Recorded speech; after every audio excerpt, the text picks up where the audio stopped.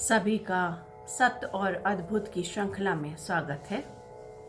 आज बहुत ही interesting experience आपके साथ में शेयर करने जा रही हूँ। ये एक आरजे जो बच्चा है, रेडियो जॉकी, उसके फादर, उनका ये किस्सा है। तो ये बहुत वर्षों से, जैसा कि उन्होंने मुझे बताया कि 10 वर्षों से वो परेशान चल रहे थे और उनके साथ कुछ अनहोनी घटनाएं भी चल रही थी। साथ में स्वास्थ्य भी उनका गिरता जा रहा था और सारा कुछ नेगेटिव होता है। फिर घर में पैसे का भी लॉस होता जा रहा है, काम धंधा भी बंद होता चला जा रहा है। तो इससे पूरा वातावरण दूषित हो जाता है और रिलीफ नहीं मिल रहा है।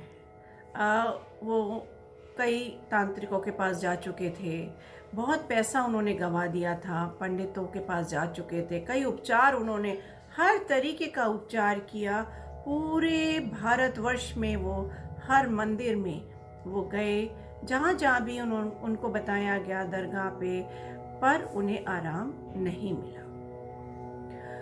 तो वो बच्ची एक दिन बैठी थी पंचम होटल पे और अंकुर से बात चल रही थी। तो अंकुर ने यहाँ पे भेजा।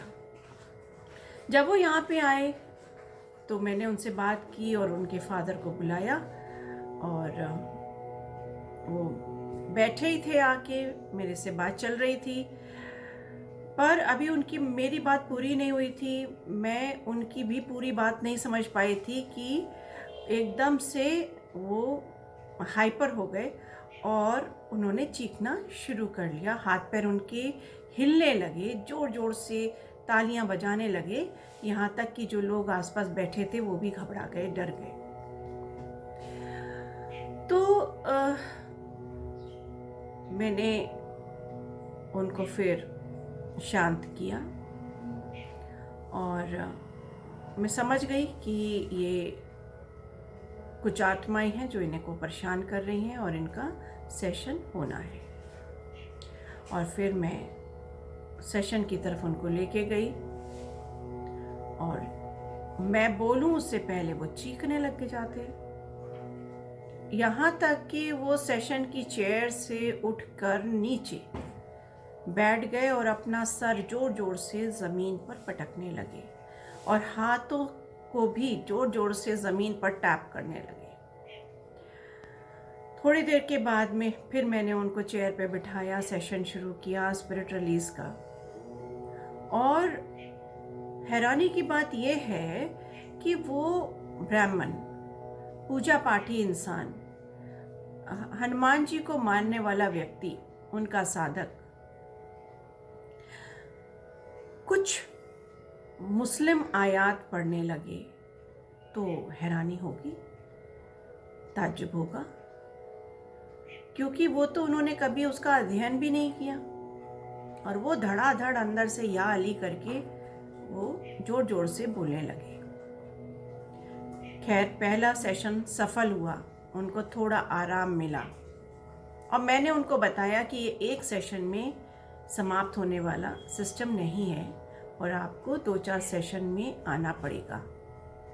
खैर, उनका जैसे जैसे मैं सेशन करती गई उनको बहुत आराम मिलने लगा और फिर मैंने उनको कुछ गाइडेंस भी दी कि जब भी आपको ऐसा लगे तो इस तरह से आपको आउटगो करना है, जैसे कि मैं बताती हूँ आउटगो, और मुझसे संपर्क साध कर। तो उसके बाद उनको बहुत रिलीफ मिला। थोड़े चेंजेस मैंने उनके घर में भी करवाए और उसके बाद उनको बहुत बड़ा चेंज मिला। इतना हुआ कि उनके कम से कम वो बाहर निकलने लगे, लोगों से बात करने लगे। उन्होंने अपने आप को एकदम से बंद कर लिया था। उनको अच्छा नहीं लगता था कि कोई उनके यहाँ आए या वो कहीं जाएं, क्योंकि उन्हें यही डर लगता था कि इस तरह की एक्टिविटी सबके सामने होने लगेगी। अब ये वाला जो रूप था उनका, वो अपने मंदिर में भी, अपने घर पे भी होने लगा।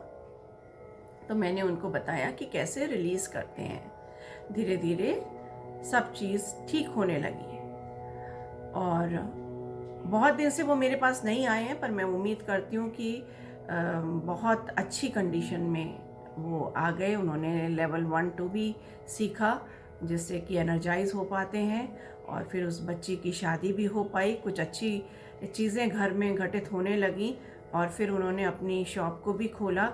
तो इस तरह से बहुत कुछ अच्छा हो पाया।